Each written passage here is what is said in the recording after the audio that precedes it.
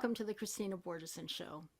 A desperate and deadly situation in an Armenian enclave called Nagorno-Karabakh in Azerbaijan is getting little or no attention, and that lack of attention could allow for a spring ethnic cleansing massacre to occur under the world's radar.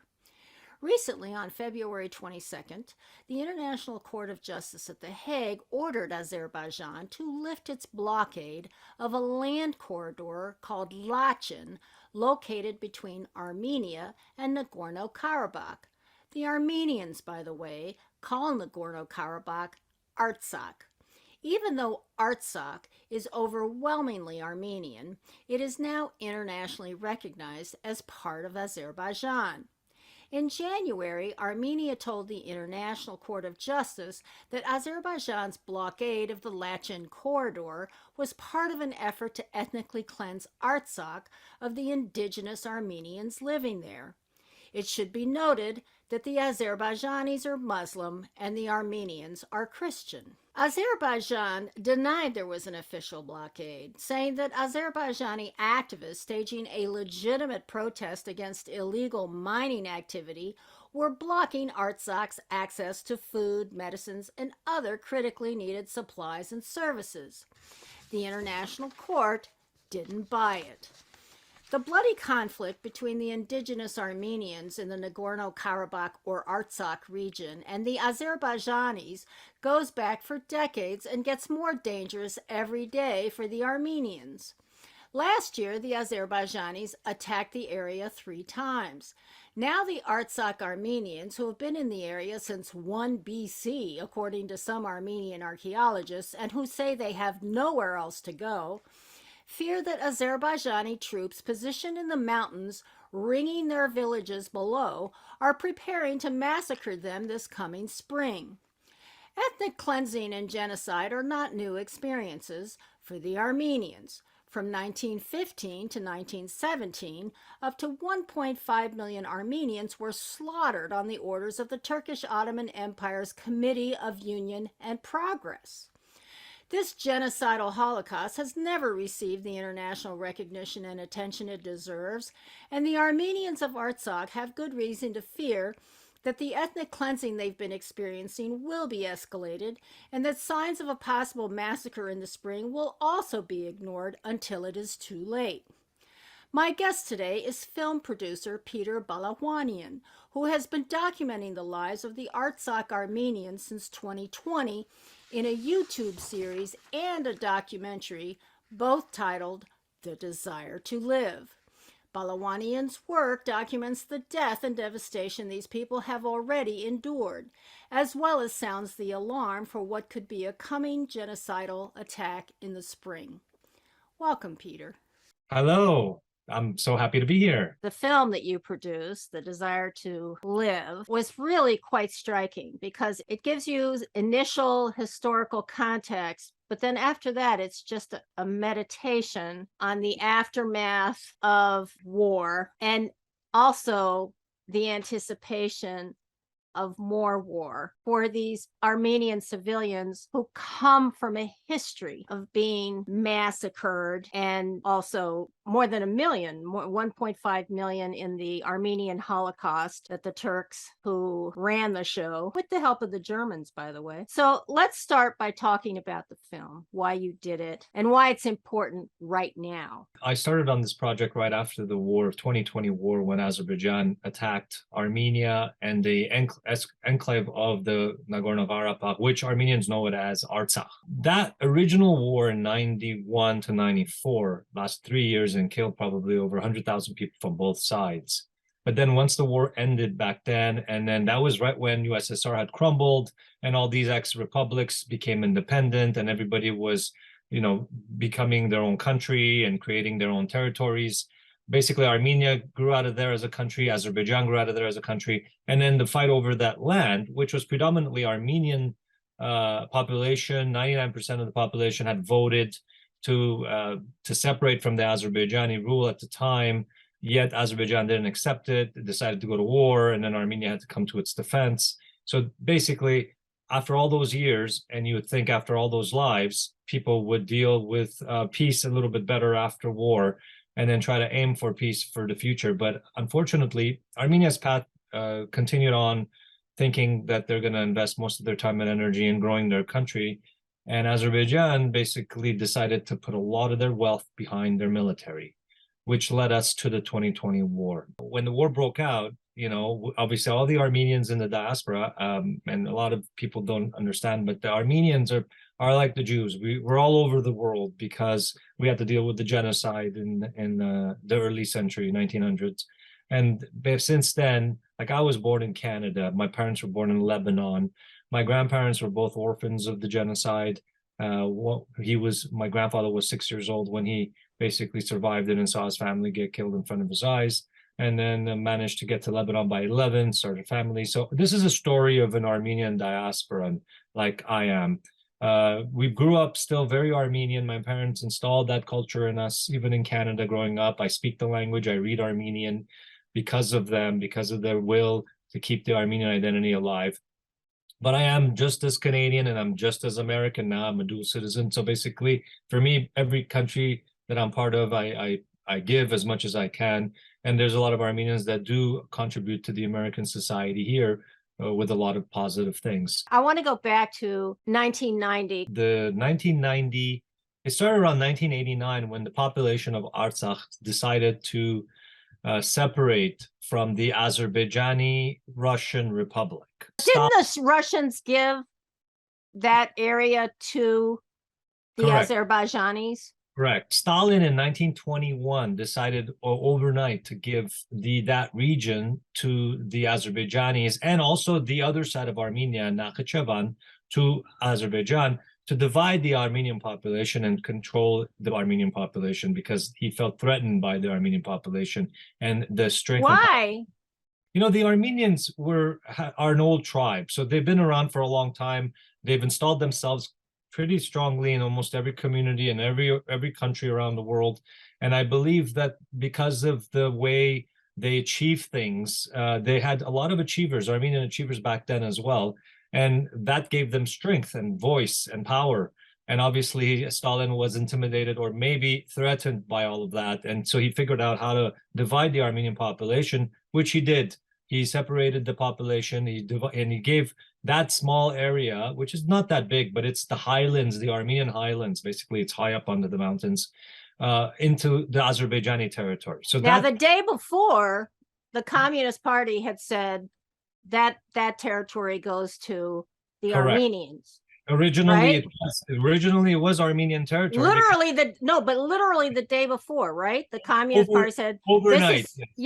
And overnight, then Stalin decided on his own. It was this unilateral decision that he's going to make, and he basically he said, "Well, you know what? I thought about it. This area here, we're gonna put this under the Azerbaijani rule." And it was obviously people were like, "But I don't understand. They're all Armenians there."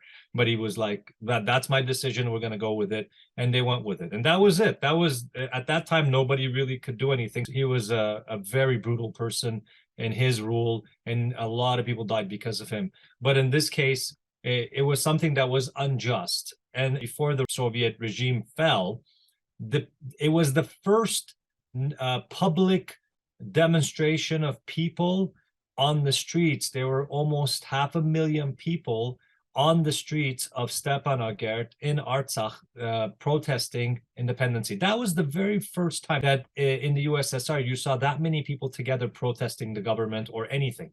So they started something even from there. They've actually contributed so much, and nobody talks about it, in the fact that after that, people realized in Russia that they don't have it so good, and they need to do something about it. And one by one, every republic started obviously separating from the Russian hold and breaking our way into becoming their own country. Now, when they voted in 1991, in December 1991, it was a 99% population vote that said yes. I mean, the population was Armenian, so they all wanted to leave. It was a no-brainer. And we have to be clear on something, because I don't think the average American understands necessarily that Azerbaijan, it's Muslim, it's Shia Muslims. Yes, it's definitely it's a Shiite Muslim country. It does border Iran, and back in the day, it was considered part of Persia, the Greater Persia. Right. And But it's important to understand that Azerbaijan is overwhelmingly Muslim. they're 99% Muslim country. And the Armenians are overwhelmingly Christian. Yes. And I was going through all this and I was thinking, nobody ever talks about the conflict in that context too, which I think is important to do because of the people supporting, the nation supporting Azerbaijan. Turkey is definitely one of the nations supporting Azerbaijan. Erdogan has come out and said that we are two nations, one people. They're basically sticking Azerbaijan into the Turkish umbrella. And his goal is the pan-Turkism across all of Asia.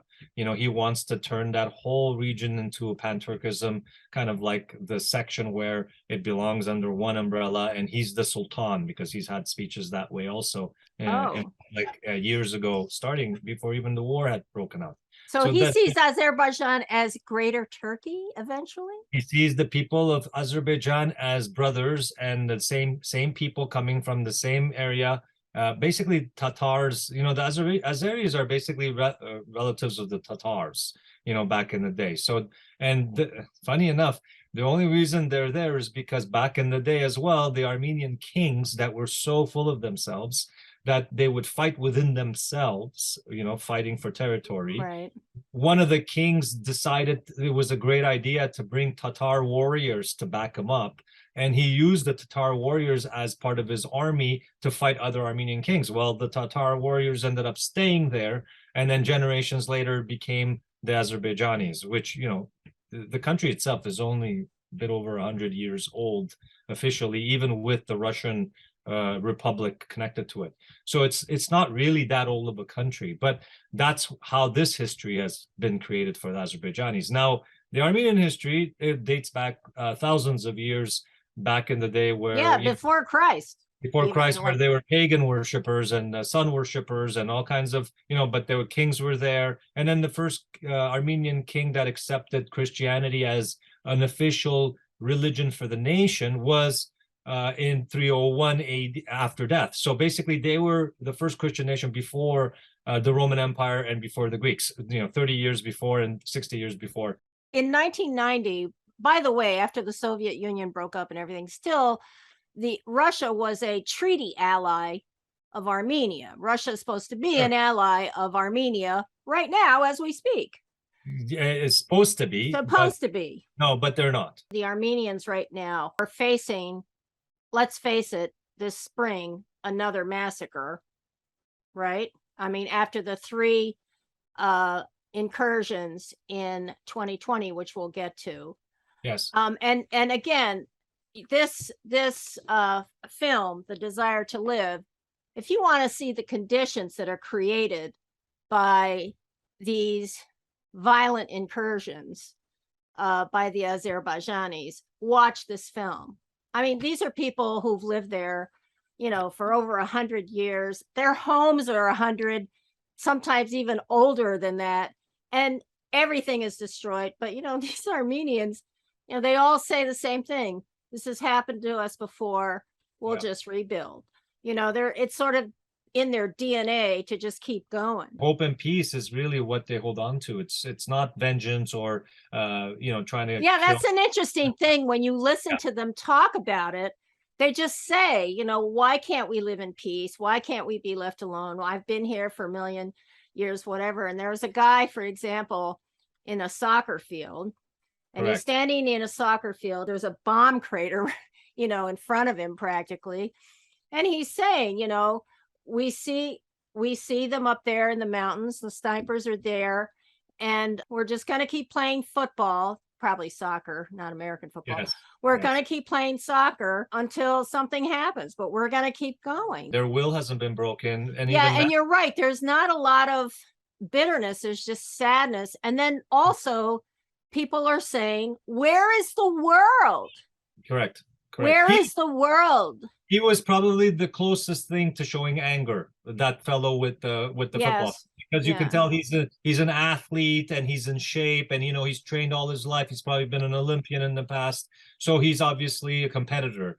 And in that comes a little bit of anger when something like that happens. But he was the only one that we had interviewed that actually even came close to talking a little bit angry. Everybody else was really more sad, and they were just, hopeful and wishing for the best for the future, because all they're thinking about is their grandchildren, their children and their grandchildren trying to Right. have. They all talk about their families, all of them. That's all they talk about. Yeah, so the Russians are not being supportive, ostensibly because all their money is going to Ukraine right now. I mean, they have a presence along the border, but that's, it's really. What happened is this: when the 2020 war happened, there was a couple of factors that played part. One was COVID. It was COVID era. Okay, so everybody was busy and occupied with their own problems within their own countries, right? Two, America, Trump was in power. Well, that was very bad news for Armenians because Trump had dealings with Aliyev and Azerbaijan,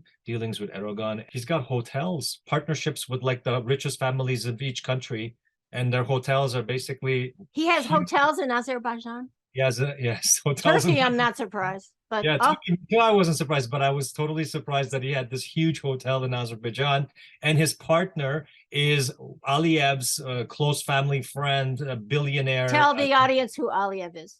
Well, Aliyev is the president of Azerbaijan. Right. So, and he's a huge dictator. His family has run Azerbaijan for 30 years, basically. So when they go into power, they don't leave. And he's been in power now over 15 years. His wife is, he assigned his wife as vice president. He has his kids all over the place. And I mean, it's just ridiculous. It's an authoritarian regime. So the Azerbaijanis have been making a ton of money selling gas. Right, natural gas. Absolutely. And meanwhile, and from 1990 up until 2020, they were building up their military with this gas money, right? Oh, so much of their budget goes to their military. It's unbelievable. The 2020 war was just, it started off with a military exercise that Turkey and Azerbaijan was doing at the border, on the other side of the border. But he was asking, why are you guys doing a military exercise now? You just did one 6 months ago or 4 months ago. And then days later, basically, there was a full bloom attack. And then once the attack came, it just didn't stop for 45 days. They were all out attack. And this time they came in with drones, which had never been used before. They were getting drones from Israel. Yes, Israel and Turkey were the two main countries that supplied them these crazy drones. Some of them kamikaze drones, where they would just go in. And they had surface-to-surface missiles, precision missiles.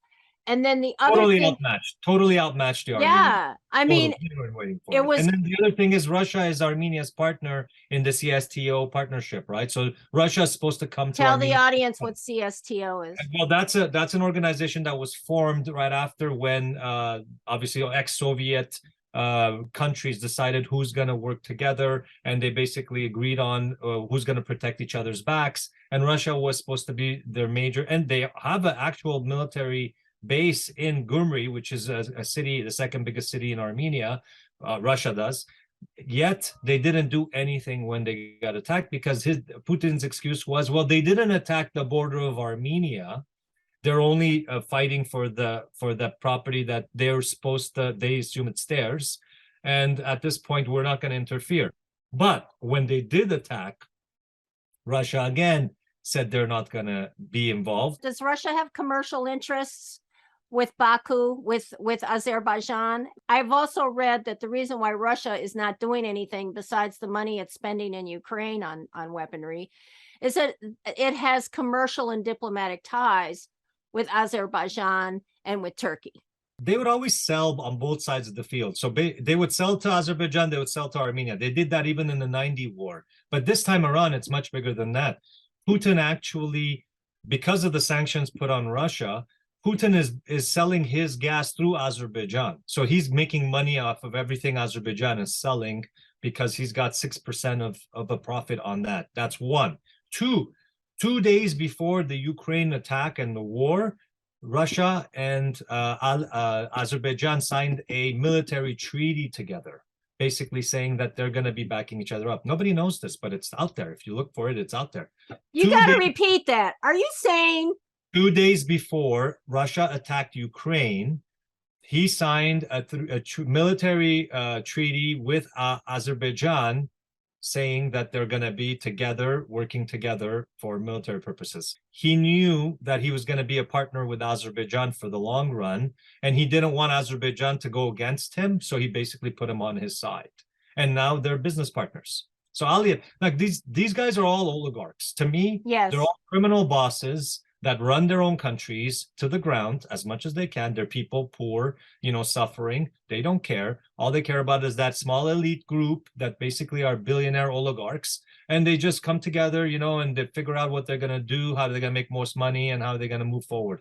It doesn't matter who gets killed, who goes to prison. And that's what their foreign policy is all about.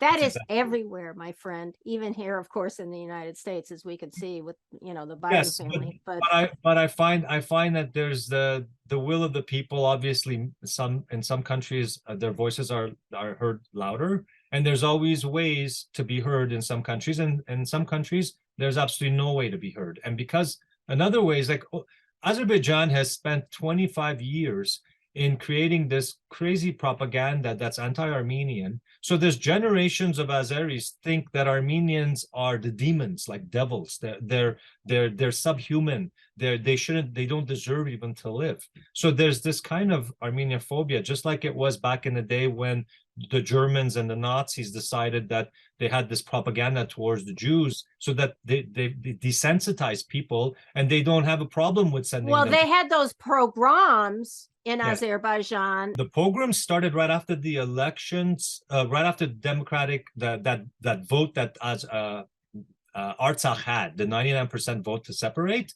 So the first pogrom happened in Sumgait, which they basically, with pitchforks, people went house to house, dragging Armenians out of the homes and either beating them to death or, sending them off. And then that continued on to the Baku pogroms, which continued on a year later. Same kind of thing, getting all of the Armenians out of that region and sending them out. All this before the war had even started in 1991, where that's when the war started. And you had said that the Armenians came to the rescue to those people, because what happened is that those people decided they wanted to be independent. Then the Azerbaijani military came in.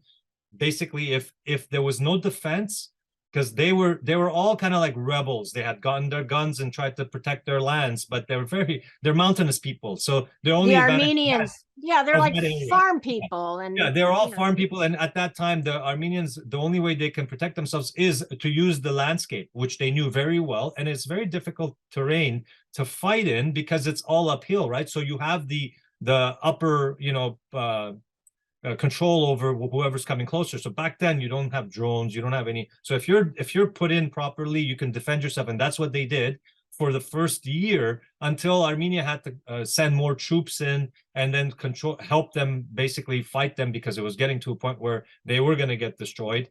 And then eventually they ended up winning, if you want to call it winning, but they ended up keeping those lands and protecting those lands and then creating a buffer zone. And that stayed for 30 years. That went on for 30 years. Those people continued on. The people in Artsakh basically created hospitals, created schools, universities, a cultural center. The churches renovated all their churches, because obviously Christianity matters, and people believe in God. So they believe to go to their houses of worship. So all of those things in play, they focus more about their education and their youth instead of thinking about the military, and depending on Russia as their big abusive brother that basically would come to the rescue if something would happen, because that's their deal, so that's how they moved forward. Little did they know that when Azerbaijani attacked, Putin had given them the okay, so Putin wasn't going to get involved. America wasn't going to get involved because Trump was already not interested in doing anything, because he had already made deals with Aliyev. So at this point, Armenia was left alone. We had France that was screaming and shouting from the European Union, but the rest of the European Union, like England or, whoever was part of that. You know what? I was shocked to learn that England has not recognized the Armenian Holocaust. Yes. That they call it one of the politicians called it a massacre, Yes.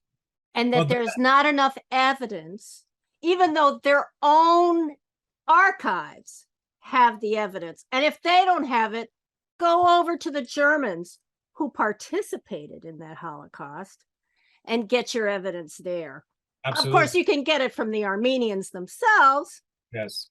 I Well, was so Germany shocked. has accepted. Imagine Germany recognized it. Well, of Imagine. course, Germany had to. Come Well, on now. Turkey didn't recognize, hasn't Well, recognized. Turkey says that it does not recognize it as a Holocaust because they felt that when the Ottoman Empire was breaking up, that the Armenians were getting together to try and create their own state at that time, that they thought that this was it, that the Armenians were going to do, that they were going to turn on the Turks to create their own state. And it was complete fabrication, Yeah. which they cling to and which they pay millions every year to. They pay off denialists and everything, millions every year to keep this up. And then they finally even got Shimon Peres of Israel Yeah. to deny it. Yeah, well, Israel hasn't accepted it either as a genocide, basically. So that's the interesting part where, like as an Armenian, I always think people of a genocide that survived the genocide would never ever want to see it happen again anywhere to anybody. And that's how Armenians are in general. That's why they jump to anybody's injustice. Whenever they see something's happening that's not right, you see an Armenian involved. He could never Well, not. Israel is always going to look after Israel. And first of all, Israel has recognized it, but they have backtracked. They backtracked because they needed Turkey to recognize them, recognize them as a state.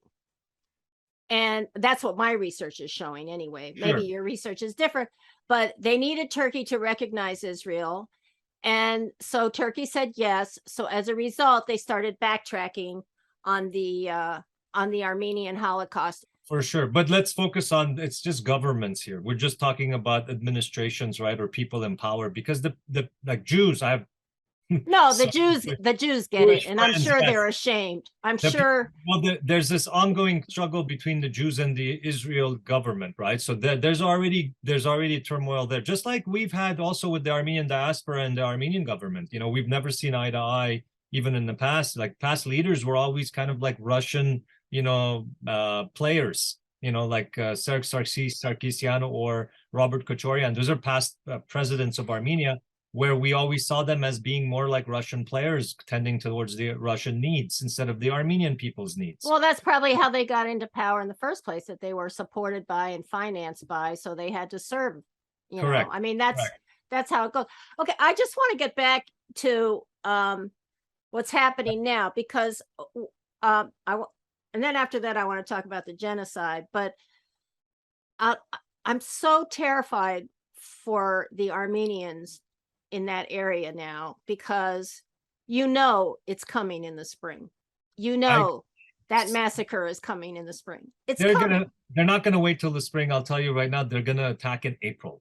That's when they're gonna be ready to attack in April, because that's when it gets a little bit less cold. But April is also the memorial for the Armenian Genocide Month.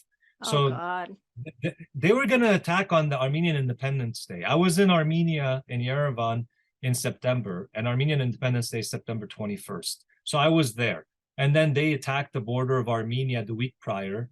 And it was the first time they actually attacked the border. Somehow Armenia managed to keep them at bay. They lost a couple of hundred of their soldiers, but they lost very little ground. And basically, they were able to keep them where they were. But I don't think the Azeris were actually assuming that Armenia had somehow been prepared. And they were ready for an attack. So what they did is they basically got together their forces, and they were going to attack from both sides, from the Nakhichevan side and from the Azerbaijani side, from both sides, because they want to open up that bottom part of Armenia. They want to take over half of that southern Armenia. Southern part. They want to control that. Control it. And they're poised to do that now. And that's their next step after this. And the reason why they didn't was, surprisingly, Nancy Pelosi flew down to Armenia, unexpected and unplanned. Now, I know this because I was at the American embassy working on passports And when I was working on passports, basically, they told me that I can't go further south than this area of Armenia, which is just not too far from where I was. And I couldn't, and I wanted to see the country, and I have a film that I'm shooting in Artsakh, so I had things to planned out, and they said you can't go, and if you do, you're basically going to be on your own. So I avoided obviously that situation, but the day after, Pelosi shows up unplanned, unexpected, and she gives the vote of we're protecting this small democracy, Armenia, whatever, whatever, and the war is not the answer, and so nothing happened. So I have a feeling that she did actually bring something to the table, which was some time, Yes, yeah. and then they decided what are they going to do. So they focused back on the Artsakh area, and they figured out how are we going to squeeze Armenia. We have a plan. Let's cut them off from the people from Artsakh, which they did. Let's cut off the electricity again, which they had done the year prior. Let's cut it off again, and the gas, because they have access to electricity and gas for that region. Let them, get cold in the winter. Let them deal with whatever this torturing is, and eventually they're going to end up leaving on their own. And this is their goal now. It's 57 days that they've closed off the Lachen corridor. They brought in these young people right off the bat saying that they're protesting, eco-protest. They're protesting the mines that the Armenians pollution from gold mines in the area, they're saying. Meanwhile, Azerbaijan probably has one of the biggest fossil footprint in the world with their oil refineries off the Caspian Sea. Why are these civilians allowed to create this blockade? That makes no sense. Yeah, I was thinking they're not civilians. Okay. What do you mean? What are they then? They're all military people and government employees. They're getting paid to show up there. They're not people that are just showing up because they believe in the ecosystem. Are they armed? Yes, they're armed. They're basically people in disguise, because we have even evidence showing some people in regular clothing, and then we have the same person in his military outfit in his Facebook page who he is. When the 2020 treaty was finalized, Russia came into the picture, and the deal was that Russia will be regulating the Lachen corridor from this point on, and all of the people in Artsakh depend on the 2,000 Russian peacekeepers. So the Russians just didn't do anything when these people showed up. But you're telling me now that they're military people. Yeah, they're military disguised. We have evidence already that they're military people, and there's also evidence that they're just employees, because what they're doing is they're taking shifts. They're not staying there overnight. They're not there for an extended period of time. There's always different faces. Then they'll bring in old women and talking about pollution and stuff. We have this incredible scene where there's this older woman talking about the fighting for eco-friendly with a pigeon in her hand, and the pigeon is dead, literally. His neck is rolling back and forth. She's killed the pigeon in her hand as she's giving her speech. It's unbelievable. There's some stuff that goes out of there. It's just make believe. It's fiction all the way, 100% fiction. But we get caught up in trying to fight this fiction, and then we get distracted.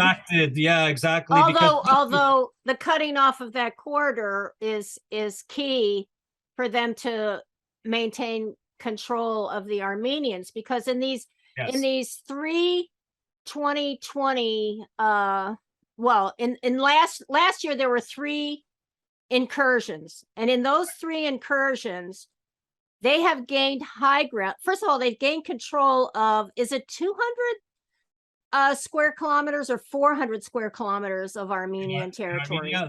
Last time it was 400, but I think they went back at one point, so they still have 200 square kilometers. And on top of that, they've poised themselves along, if I'm correct, along the border, on top of the mountains, overlooking a number of villages. Shushi is one of the major high grounds in that area. Shushi has always been, they always used to say, whoever controls Shushi controls the region, because they're the highest peak. So, and Shushi was always been the cultural mecca of Armenians. They have this incredible, beautiful cathedral there that actually got bombed in the 2020 war, and some of it was destroyed. But then they gave up that area, part of the treaty, when Russia came into the picture and said, okay, well, if you guys want this to stop, we can make it stop. So he brought him to the table, and then they wrote this treaty out, and the treaty said basically the Russians had complete control over the Lachin corridor and will secure the Armenian population there at least for 5 years. They won't be going anywhere. So that was the deal. And for well, my film was shot after the war, so I had access to go into those regions and film. But as you can see in some of the footage, the villages are even so close to Azerbaijani that you can see their flags hanging. You can hear gunshots in the background. It's so close for the villagers that they even say it in many of their scenes where we don't even know at nights. They can just come in and kill us. We won't even know. And plus, they don't have any weapons. Their weapons have all been taken away from them, so they don't even have handguns or rifles to shoot animals or anything that they would use in the past to live on. But most of them are farmers, right? So they grow their pastures, and they're sheep herders, and shepherds. I mean, they live a very simple and traditional life. One of the things that several of them were talking about, they were all talking about how they're down here, okay, in the valley, and the Azeris are all around them up here. So they're like fish in a barrel. Absolutely. Frankly. Absolutely. And the other thing is they're saying that the Azeris have, even down there, they have moved them into ever smaller areas. Okay. And they've done that. One thing they do is some of these farmers, when their cattle go out of the area, they'll take their cattle, they'll take anything of theirs that's outside of the newly prescribed ever tighter area. So that even within the area below, they're trying to control them in ever smaller areas. So you can tell, you can just feel, even from your film, you can tell this is not the end. And I feel, I mean, at the end of this film, I just thought, holy crap, these people are going to be massacred when it gets warmer. Yeah, that's how I felt. They're lambs now sitting for something to happen. And the fact that there's a blockade for 58 days now and nothing has changed for 58 days, and these people have no access to food, importing food, medication. They're living in the winter. It's -4 or 5 on average every day. Basically, there's wood. Before, they used to have a lot of forest land around them. Oh, that's the other thing they were saying. They don't have access to that. Yeah, a lot of the villagers would go cut their wood, burn it for fires. I mean, obviously, these people have lived a certain lifestyle, so they're able. They took the forests away from them, so the area where all were the forests that the Armenians controlled, that's gone. The areas where the animals would go eat and the pastures, that's gone. So there's nothing really left for them there, and that's the whole purpose, is that Aliyev wants basically the population to get discouraged and their spirits to be broken, for them to leave, because he said in his speech, if they want to leave, they can go. That's what he said already. We're not going to stop them from leaving. Obviously, that's another way of ethnic cleansing. That sounds like, I'm sorry, that sounds like what happened with the Palestinians. Correct. And all this deal making and then breaking the deals, about protecting the indigenous population. It also sounds like the Palestinians. It feels like a playbook. I would say the people from Artsakh are the Armenian Palestinians at this point of the region, because they've been treated that way. Look, they don't even want much. Even the Palestinians, they don't want much. They just want to live in peace. They want to be able to control their own destiny and their future. This is the case now in the people of Artsakh.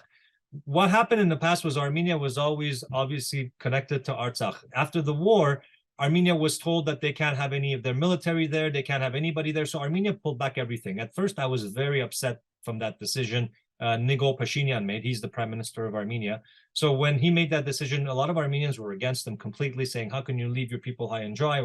What I realized afterwards is that first, Armenia can't even protect their own country now at this moment without the help of other countries, like, let's say, if it was Russia. So if Russia's out of the picture, which he doesn't want Russia to be in the picture anymore, there has to be another country involved. So how are they going to protect the people of Artsakh? So his whole idea is now that the people of Artsakh have to get their self-determination rights as indigenous people of the world.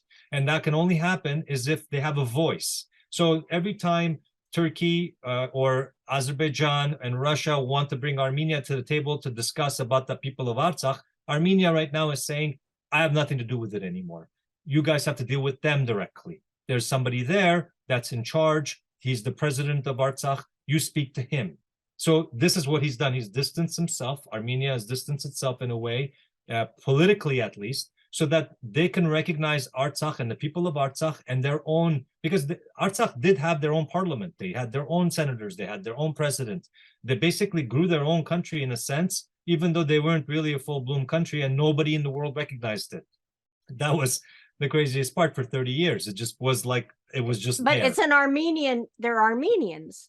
All Armenians. There's nobody else living there other than Armenians living in that area. So there's no conversation about the fact that, oh, they're discriminating. There's nobody else left. Whoever was Azerbaijani at the time of the war, they left, and whoever was Armenian from Azerbaijan came over. So a lot of people just exchanged populations and they all kind of moved on. But in this case now, they're squeezing the people of Artsakh to bring Armenia back to the table so that they can try to get that Armenian land again. And if you dig a little further underneath, you'll realize that those mines that they're protesting against, the one, let's say in Artsakh, or They want to get their hands on them. they want to get their hands on it. That's all it is. And I found documentation that Aliyev has made with a company called the Anglo-Asian Mining Company. He sold rights to excavate for $7 billion already. There's an ex-governor that's on the board of directors, some governor that I never knew about, but then I did some research about him and I realized that his family is super rich and, you know, they're part of the super elite. So basically, it's all about money. You follow the money, you see why things happen. You know, you called it at the beginning, it's all about money. Wars are about money. What about this pending massacre? The latest development, which I just had to laugh when I saw this. Oh, they're touting this as a big deal. January 2023, the EU has decided to send a fact-finding group and a watchdog group to, and I just thought to, really helps. Yeah. Immediately, I swear to God, my mind went to the Hutus and Tutsis with the UN peacekeeping, who they were there. They had no say whatsoever. When this all started, they were just witnesses. Yeah, they were just witnesses. And so I'm like, and they're touting this as a big deal. This is a big deal. Yeah. That this group, now they don't know if they're going to get Russian cooperation, because the Russians don't trust the EU anymore, because the EU is buying its gas now from the Azerbaijanis, right? Yes. So they don't know if they trust the Russians anymore.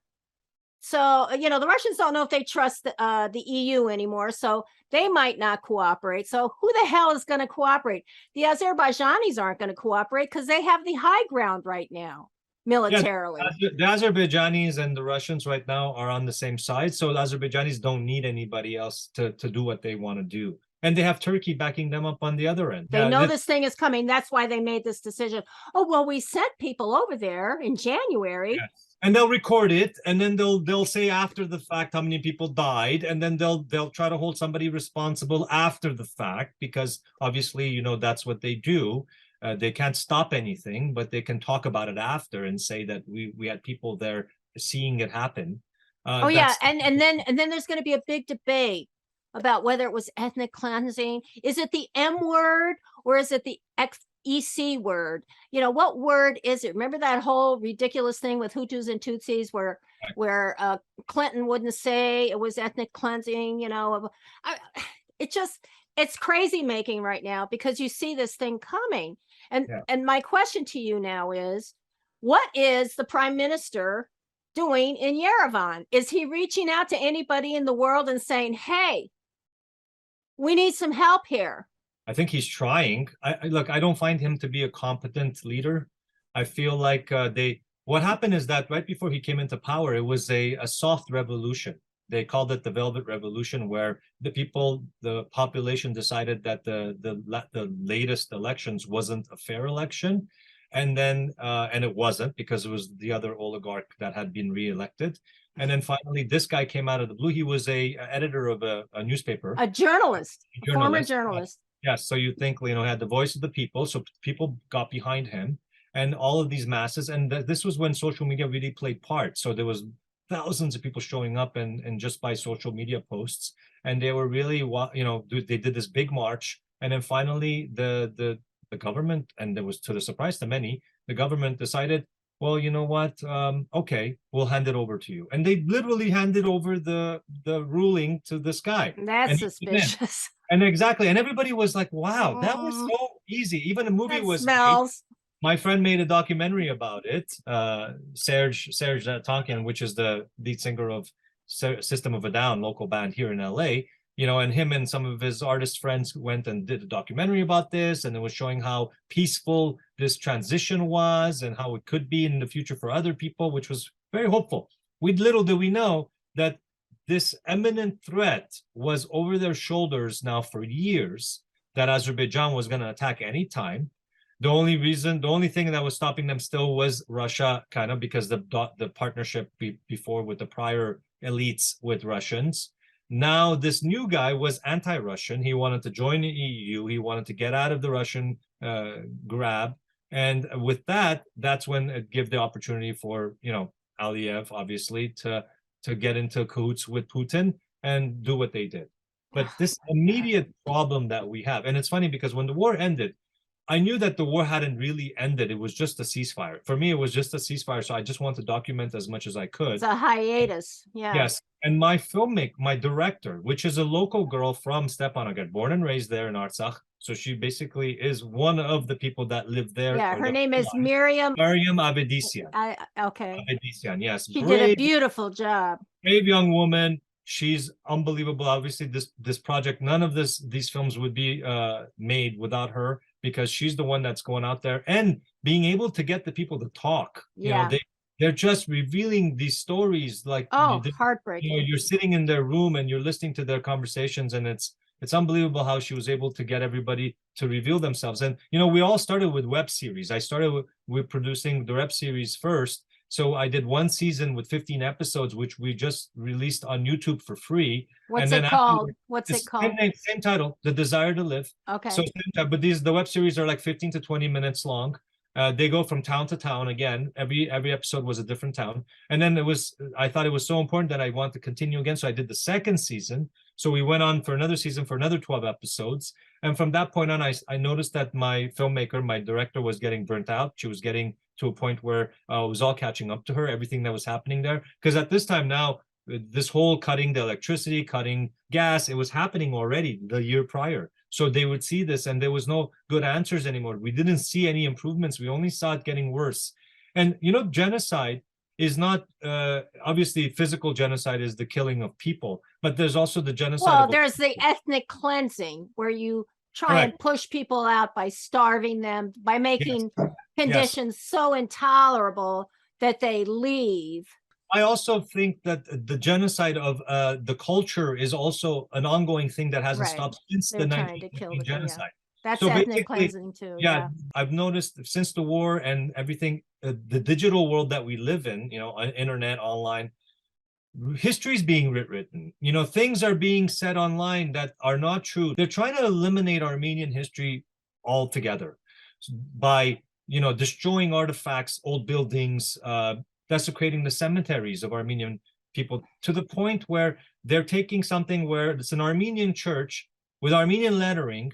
They're taking the Armenian lettering off and they're calling it a Christian Albanian church instead of an Armenian church, because they hate the Armenians so much. They rather give credit to somebody else that doesn't exist anymore, because the Christian Albanians of that time don't exist anymore. Where is the Vatican on this? I mean, have they weighed in at all? I mean, if these are the oldest Christians around. The Pope has said very little about what's going on. What has he said at all then? He said that this should stop. He said that they should open the Latin corridor. He said that, but he's never really said it. He said it in his speeches, but he says a lot of things and it's forgotten. I mean, there is no push here. There's no pushback from anybody outside yet. Not really. Everybody outside is waiting to see what's going to happen. And they don't want to break the ties that they have, the deals that they have with Azerbaijan, especially through the winter, because obviously they need all this gas to warm up all their homes in Europe. So all of these countries in Europe are staying shut because they don't want to, have anything in jeopardy, and they just have these deals. And a lot of them we found out too, because I have another film that's specifically on the Aliyev family, is that this guy has been practicing this caviar diplomacy for like 15 years. He's paying off people. He's got people in his back pocket. He's got his information on people. So he's done he's done his homework. This is not something just came out of the blue. He's covered up all his bases, so nobody really comes and points out that he's committing war crimes or he should be tried for crimes against humanity, which he should be because of what happened in the war. He used, phosphorates on the forests and people burning like things, illegal weapons that he shouldn't have used. People were getting butchered, cutting their heads off, taking their ears and fingers for trophies. Oh Things. God. This is like brutal. This is savage times. You think that this happened, in the 1200s. This is happening now. And that sadly, again, journalism also at the weakest point of history right now, where, journalism used to mean something before. Now, media companies, they're just media companies. They're bought out and they have agendas. They bought, we couldn't get an article in the New York Times forever. And then all of a sudden, when the war was breaking out, their first article was, oh, there's a conflict that started in this region, the Caucasus, between Arab. It wasn't a conflict. It was a full-out attack. It wasn't a conflict. It was Armenians. What are they going to do? They're going to stop? No, of course they're going to try to defend themselves, but they didn't want to go to war. These 18, 19-year-olds. Well, and the other thing is this was massacring civilians by, one guy in your film is saying, I think it was a woman who was saying, 50, 60 people dying a day. Yes. Per day. It was just civilians. Well, what happened is that most of the people even fighting in the war were civilians the day before. Oh, okay. They're all reserves, right? So they basically, they're ready because that's a small population. So when, let's say, the threat of attack comes in, they sign up and they go. So this 18-year-old, he's not a soldier. He's an 18-year-old kid that's going to school. All of a sudden, the next day, the attack is on. They have to join the army and go fight. They had never really held the gun in their hand. So most of the deaths, the 5,000 deaths that the Armenians had, were from, most of them, 80% of them were the ages of 18 to 20 years old. Oh my God. This is a generation of kids that were just destroyed right off the bat. And some of the stories that you hear, people in art classes or, musicians and singers or artists, people like that they felt like they needed to go and protect their homeland and their fathers and mothers and their grandparents. Family is very important in this region. So for them, is to protect the homeland is to protect the family. So you think April they're going to come at it again? Yeah, the Azerbaijanis are going to go in there again. Yeah, I think April, because what's going to happen is they're going to try to take half of Armenia as well. That's 2 months from now. Because there's mines. Yeah, there's mines in Armenia as well that hasn't been harvested or cultivated properly. They see their eyes on it, with these rare earths now, with microchips. It's not only gold, it's all these elements that people need for their satellite dishes and microchips and all that stuff. And there's so much of it still in Armenia. Armenia is like, for Armenians, Armenia is still considered like Holy Land. So they don't really go and blow up places that easily. Oh no, it's physically a beautiful country. They keep a lot of it is kept as is in this kind of old sense. Even the churches, they've taken a long time to renovate the churches. They don't really change the look of it or anything. So all of this, like Echmiadzin right now, the oldest church in Armenia, has been going through renovations for the last 5-6 years now, because they can't do it fast. They have to do every little element very slowly. They take pride in their country in that sense, even though it's a small little country left for them. Unfortunately, the people around them, the Turkey on one side, they're surrounded by Muslims, right? So there's Turkey on one side, on the west side, Azerbaijan on the east side, Iran on the south side, and the only other country that's not Muslim is Georgia. But unfortunately, Georgia has made a pact with Azerbaijan. So when the war happened, they closed their border. They didn't even have access for planes to come from the top. So imagine, the only way Armenia had access was through Iran. When you have Iran as your only open border, then there's actually a problem there. And imagine Armenians being Christian and the fundamentalists in Iran, and they see something in common together. Well, Iran has one thing that they have to protect, is their pipeline, which goes through Armenia. It goes from up. It's all about money, right? So they want to protect their pipeline. It's so interesting how natural gas and oil has created all these unholy pacts Correct. among nations that should be helping these people right now. I Yes. mean, let's face it, the Germans owe the Armenians something because it was a German field marshal who developed the plan for the deportation of the Armenians at the beginning of the Holocaust. It was a German field marshal because the Germans had come in there to control the military for the Ottoman Empire. Correct. Okay. And so he came up with the plan. And at that point, the reason why also the Germans were there because they wanted to build that Berlin to Baghdad railway. Why? For oil. They Correct. wanted the oil to go from, Baghdad, Mesopotamia, Iraq, where they had all this oil, to Berlin. And this railroad, and this was the first use of a railroad for the extermination of people. And they sent them out into the Syrian desert. Oh yeah, absolutely. I mean, Hitler, when he made the plan to do the Holocaust with his little generals, and he basically, when somebody said, "Well, what do you think what is the world gonna think?" And he said, "Well, look at what happened to the Armenians. Who remembers that?" He has this quote that we've actually found, and he basically references the Armenians because when it happened to the Armenians, no repercussions happened afterwards. Even with the pashas, Armenians had to take it on their own hands and assassinate every one of those pashas themselves, which they ended up doing. Three of the main leaders of Turkey at the time that coordinated the massacres and the genocide.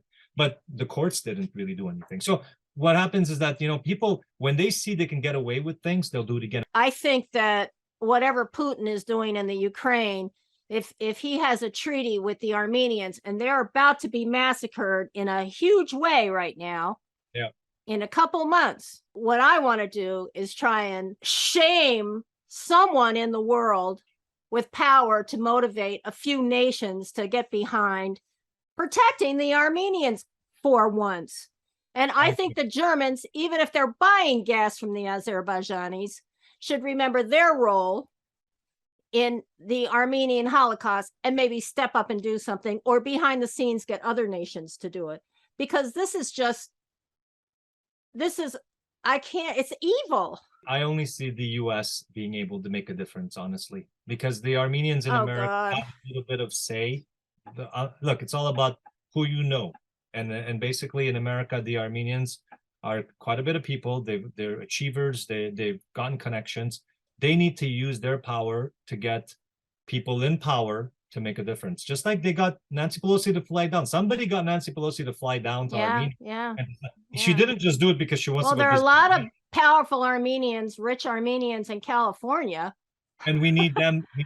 And I tell them all the time, as much as I can, whenever I'm speaking or I'm posting in my post, that we need them to wake up and we need them to push the American government, because right now I don't see any other governments having the power to be able to change something even with a phone call. It's just that, do they have it in their best interest to do so?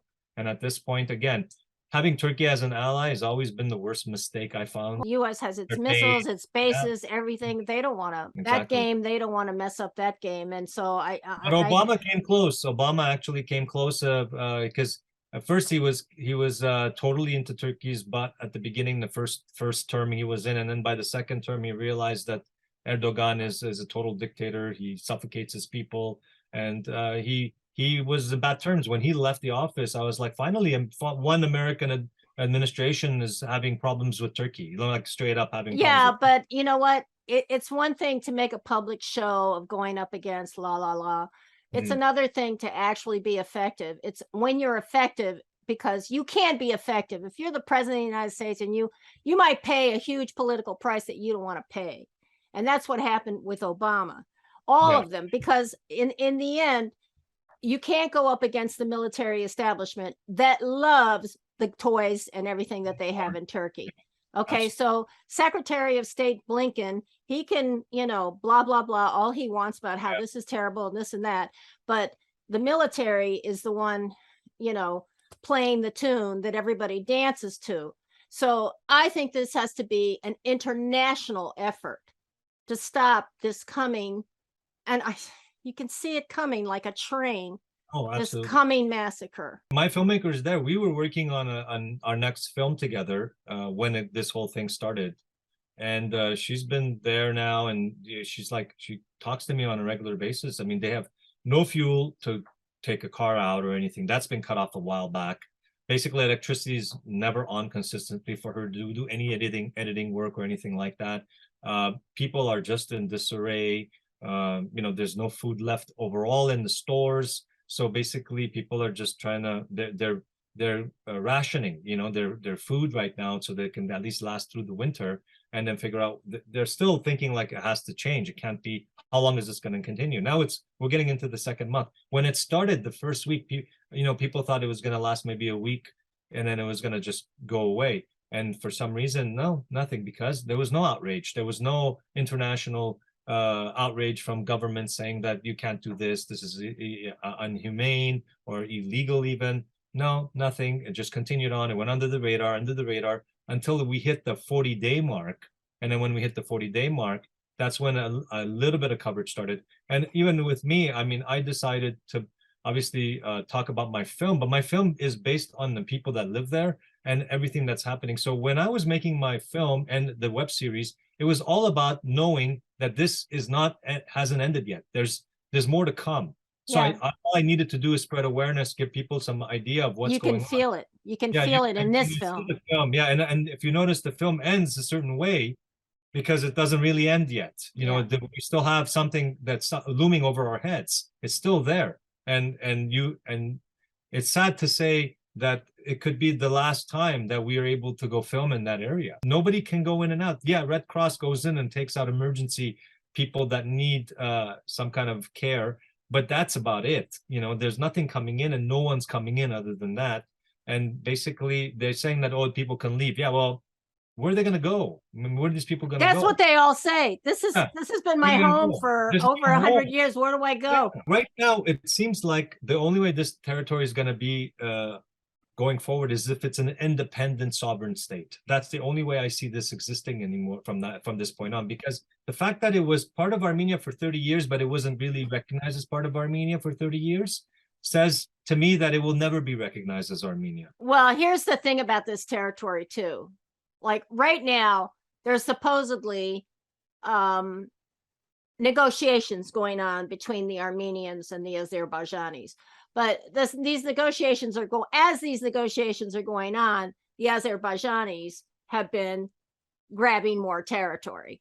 And one of the first thing that the Armenians are saying, apparently already the Armenians have said, okay, this can be Azerbaijani territory, but we want a special deal to protect us, to take care of our security. And again, I keep thinking about the agreement when Israel, when Palestine was taken over. It was the same agreement. And of course, that never happened. That never happened for the Palestinians, as it would never happen for I think the Armenians. And the Azerbaijanis are actually quite honest about it, because they're saying, nah, you're not going to get any more rights than all the Azerbaijanis in that area, even though right now it's like mostly Armenians. So that they're going to dispose of the Armenians if they're given that territory. I agree. And I think it's a bit of a disservice for the Armenian prime minister right now to be talking on behalf of the Artsakh people, because at this point, he doesn't live in that territory. So, and he hasn't gone through what the people of Artsakh have gone through. Like, I'll have to admit, the people of Artsakh are more of a diaspora Armenian than they are, let's say, like, I relate to somebody in Artsakh more than I relate to somebody in Armenia, believe it or not. We have to make it clear for the audience that Artsakh is a territory that is inhabited all by Armenians. Yes, right. Correct, all of it. But sadly, it was never recognized as part of Armenia as the country, because Armenia has actual borders, that's recognized by the world. So they never, even in the 30 years that the Armenians had control over those territories, the world never saw it as Armenia. They always saw it as disputed areas or disputed regions. And because of that, and because of the fact that for 30 years Armenia wasn't able to bring that underneath its umbrella, I have a feeling that it will never be able to bring it under its umbrella, because there's forces that stand against it. Now, the people of Artsakh, the will of the people that live there, and their government and the people that they form themselves now is the people they need to speak to, because they're the ones that are actually that's going to decide what they're going to do. Like, are they going to stay? Are they going to leave? I mean, some people I talk to, they say, well, why don't they just pack up and leave? Their lives are in danger. It's another, basically we're just doing the same thing all over again. It's a deportation of Armenians leaving their lands and giving them God. up. It's this ongoing cycle where the Armenians, this one little Christian population, is getting kicked out again or getting massacred again or are in jeopardy of an entire genocide of a population. And then the world is watching, and then they're going to say, well, you know what we'll do? We'll commemorate a day for it, and then we'll basically recognize it or not recognize it in the future. I mean, this is basically happening all over again. And then we're going to fight to recognize a day for genocide for the Artsakh people. I mean, it's ridiculous. We can Well, stop it right now. We can literally stop it by just putting sanctions on or freezing Aliyev's bank accounts. That's all it takes. You freeze Aliyev's bank accounts, and he's not going to go anywhere with a war afterwards. But because he has the green light on all of these people that are in power, that he knows he's not going to be well, held he's providing gas to them. Sure, whatever he's providing, it's like Well, whatever is the key, though. I mean, that natural gas for the Germans is like, sure, making a it's deal like with oxygen. I agree. I understand. And again, we come back to that point where maybe if our world was set up differently, where we didn't depend on fossil fuels, or we had a cleaner energy source, any of the above, right? Or at least we didn't go into, even if we had deals with governments like Azerbaijan, they should hold the cards. They should be like, well, we're only going to buy gas from you if. We're not living in that kind of world, and we can't say if. Right now, we have to jump up and down as hard as we can Sure. to try and prevent this massacre and shine more light on the history Correct. of the persecution of the Armenians. We've run out of time. I have to tell you, I really appreciate your work. I know it's very difficult work, particularly since you are an Armenian and you're watching this happen to your people. It's very difficult. Very, very Thank difficult. you for coming on. Well, thank you, Christina. Thank you for having me on. I mean, thank you for helping me spread the word and getting it out to more people that have no idea what's going on and where this is happening. This is very important for us to be aware of. At least if we know about it, maybe we could talk about it more and make our voices heard.